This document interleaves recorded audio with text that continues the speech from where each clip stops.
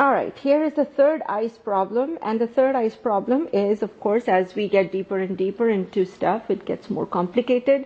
So this one is a little bit more involved problem than the ones before, okay? And so it's the same philosophy, just a little bit different. Let's look at the question. The dissociation of iodine occurs as the following: I2 plus 2I, and again we need the reaction primarily for the coefficient. So we can set up our Kc value. It could just be A to give you 2B also, for all we care. And then Kc is 3.8 times 10 to the negative 5 and at 1000 Kelvin. What are the concentration of the gases if you start with 0.0456 moles of iodine in a 2.30 liter flask? Okay, so again we'll go ahead and start our problem first by finding the molarity. So 0.0456 divided by 2.30, which is going to be equal to 0.0198 molarity. Okay, all right, so let's start with our equation. Our equation is I2 to give 2I, and this is all gas, and initial concentration is I2 that is given to us, okay, iodine, so that is 0.0198 that is given to us, and the initial concentration of iodide atoms or iodine atoms is 0. The change in the concentration is going to be minus X now for iodine, because as the reaction progresses, you'll form more products because there are no products to begin with. And now you'll form 2x of this. And again, remember the 2 is coming because of the coefficient over here for 2, for iodide. Okay, and then at equilibrium, you will have then 0.0198, and you will have 2x for the iodine atoms. So those are our concentrations at equilibrium. So then we can go ahead and set up our Kc. Our Kc is iodine atom squared over iodine, and this then is equal to 3.80 times 10 to the negative 5, which is our Kc value that's given to us, is equal to, and the iodide atoms are 2x, and that is squared, and iodine, the concentration was 0.0198 minus x. I think I made a little mistake, so let me go back here and write the minus x here, okay, because I forgot that. All right, so at equilibrium, the concentration is 0.0198 minus x, okay, so that's what it is here. So then what you have to do in this case, you have to open up the equation, because our numbers here are not the same that we can just square root everything. So now you have to open up the equation. Open up the equation meaning you have to open up the brackets, okay, over here. So open up equation, and you will have 3.80 times 10 to the negative 5 times 0.0198 minus x is equal to 2x squared, or you can say 4x squared. So we don't have to worry about the brackets anymore. So this is what you have to do. You have to now multiply these two equations, which means that we're going to go ahead and come to what is called a quadratic equation. Okay, so this is the 4x squared over here, and quadratic equations are usually set up as x squared plus minus x plus minus whatever number there might be is equal to 0. Okay, so that's how they are set up as, so that's what we will do as well. Okay, and so don't worry about the charges. Actually, you do have to worry about the charges. Okay, so if you do the subtraction over here, so if you bring 4x squared on the left hand side, it will be negative. So you can take everything else on the other side. Okay, so either way, just make sure that your charges, okay, that you have here, your, not charges, your additions and subtractions are maintained. Okay, all right, so then 4x squared plus 3.80 times 10 to the negative 5, and this is all for x, minus 7.52 times 10 to the negative 7 is equal to 0. So that's our quadratic equation.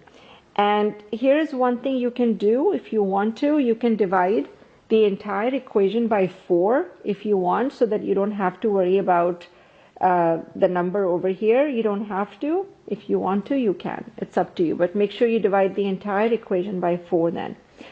All right. So then let's go ahead and set up our quadratic equation calculation, which x is equal to minus b plus minus square root of b square minus 4ac all divided by, all divided by 4 2a. I don't know what's happening. Okay, all right, 2a there. Okay, your a is this 4, b is whatever is with x. Okay, over here I'm saying x and I'm writing x. B, okay, this is b, and then this is c. Okay, that is how you fill in this quadratic equation. So then x is equal to, promise you I'll do this right, minus b is this 3.80 times 10 to the negative 5, and then plus minus, and now you have to do the square root of b squared, and b squared again 3.80 times 10 to the negative 5, all of it is going to be squared, minus 4, a is 4, and c is minus 7.52 times 10 to the negative 7. Please remember to use this sign over here, because if you don't, your answer will be wrong. Okay, so it carry on the charge. If it is positive in the equation, use positive. And this is all divided by 2a, which 2 times 4. Okay, because a is 4. So that is your quadratic equation setup. So now you can go ahead and calculate as you wish, however you want to. It's entirely up to you how you do your calculations. So minus 3.80 times 10 to the negative 5. Once all of this calculation inside the square root is done, you should get 3.47 times 10 to the negative 3.